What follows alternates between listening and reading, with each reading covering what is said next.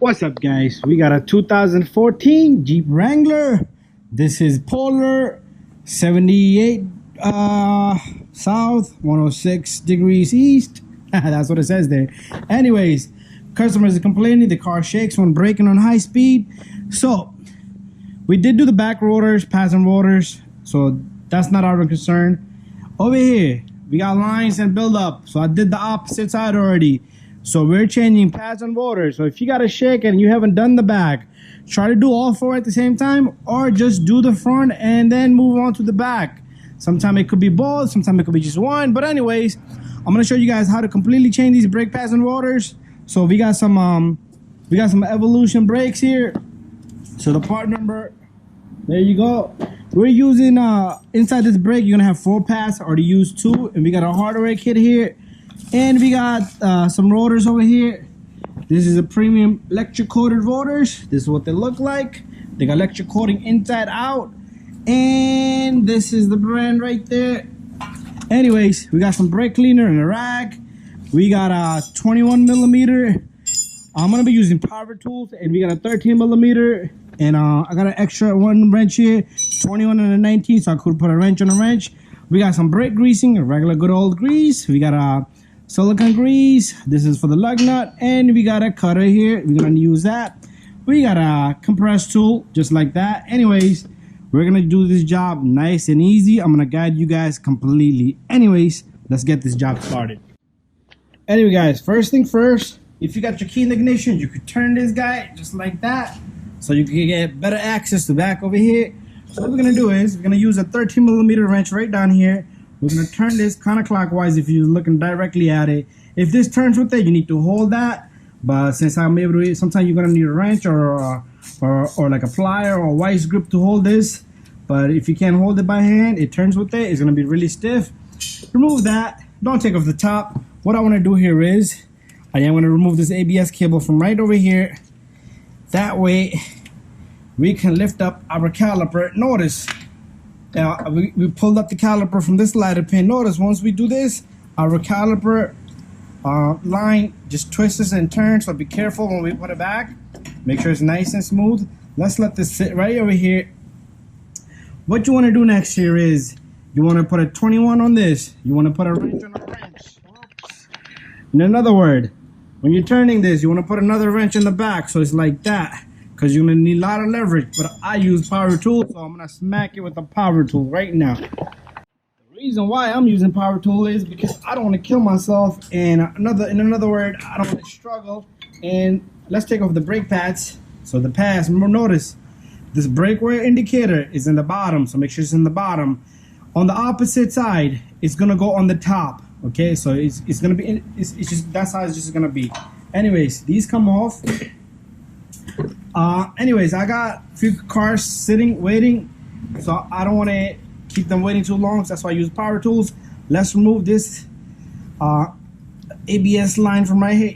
Also, if you're using power tools, because you don't want your impact gun to grab that, your swivel to grab that, and break a few. Anyways, loosen that, and let's loosen this. These two come off. And your bracket will simply just come right off. And after that, we're gonna move on to our rotor.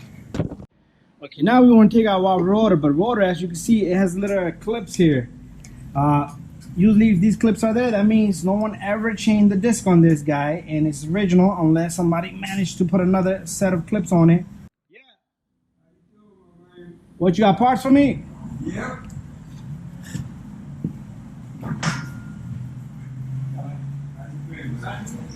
Yeah, I got some. All right.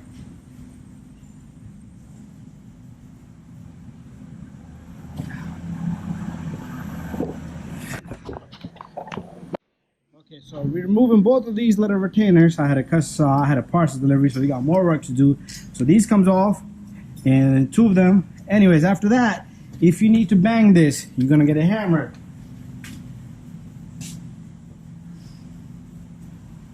So slightly just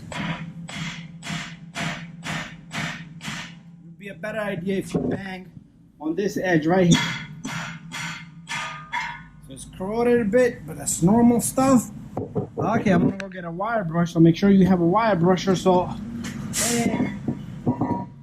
we're gonna clean this. So I did have my wire brush sitting over here, which I forgot to mention.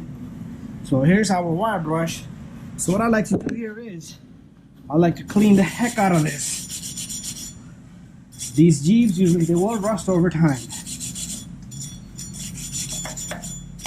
but you should be able to clean it really well and try to get this edge over here too. If there's any loose rust sticking out, get it all off. Take a parts cleaner, brake cleaner, that's what I'm using here. Spray this baby down, blow some air if you need to. That's it, bada bing bada boom. Let's give it a 5 minutes so it can dry off. Meanwhile, a decision to make. Okay, so we got some hardware. Okay, so what we're gonna do here is you need to make a decision. If these hardware look good, don't replace it. If you want to change it, you should, you could, you want, it's all up to you. But these look pretty good to me. So if they're solid, what I do is I just clean them really well. Make sure you use the mask. This stuff is crazy. Clean the heck of it. We do the other side also. But if anything, if you need to replace it, what you do is you pop these open, put the new ones in. 1, 2, 3, 4. Try to put a little bit of greasing under it if you can, if you want. I think you should. But anyways, what I'm gonna do here is I'm gonna just throw some brake cleaner on this. Let this baby dry off. Meanwhile, I'm gonna go pick up my grease. That's the grease, the dark looking grease. Okay, brake grease. I like to put this right over here, okay, on the hub, so it doesn't get corroded, plus the rotor doesn't stick too hard for the next time, for the next brake job.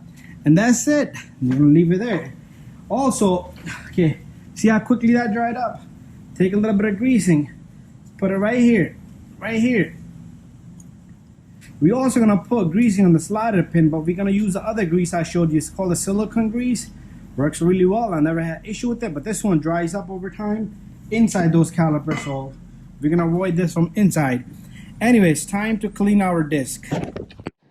Okay guys, before we go on to cleaning our disc, let's compress this piston. Okay, so what you want to do is take a good old brake pad, put it right between the piston, just like that. Okay, and you could use a C-clamp, or you could use a compress tool like I have over here.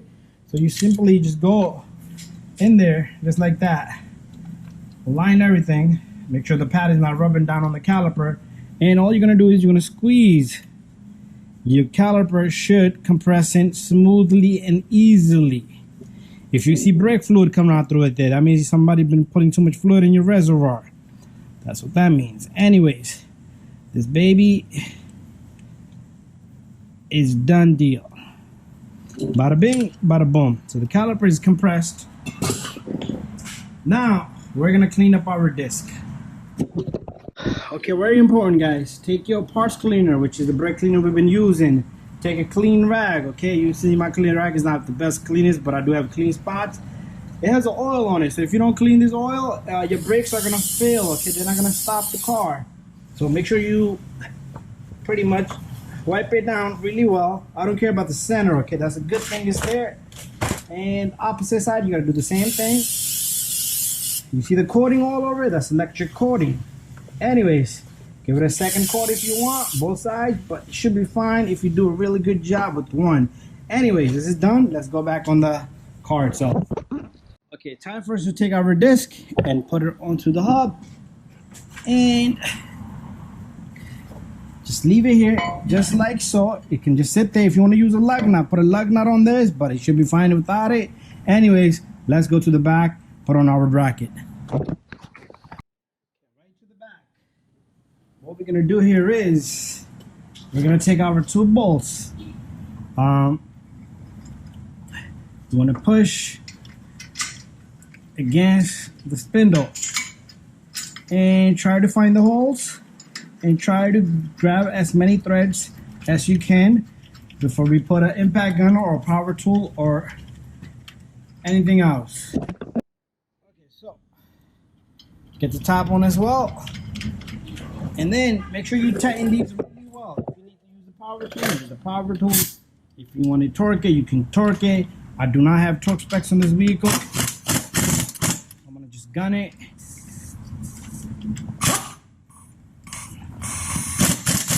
I don't know, for some reason my computer doesn't give me, on American cars, it doesn't give me all the data.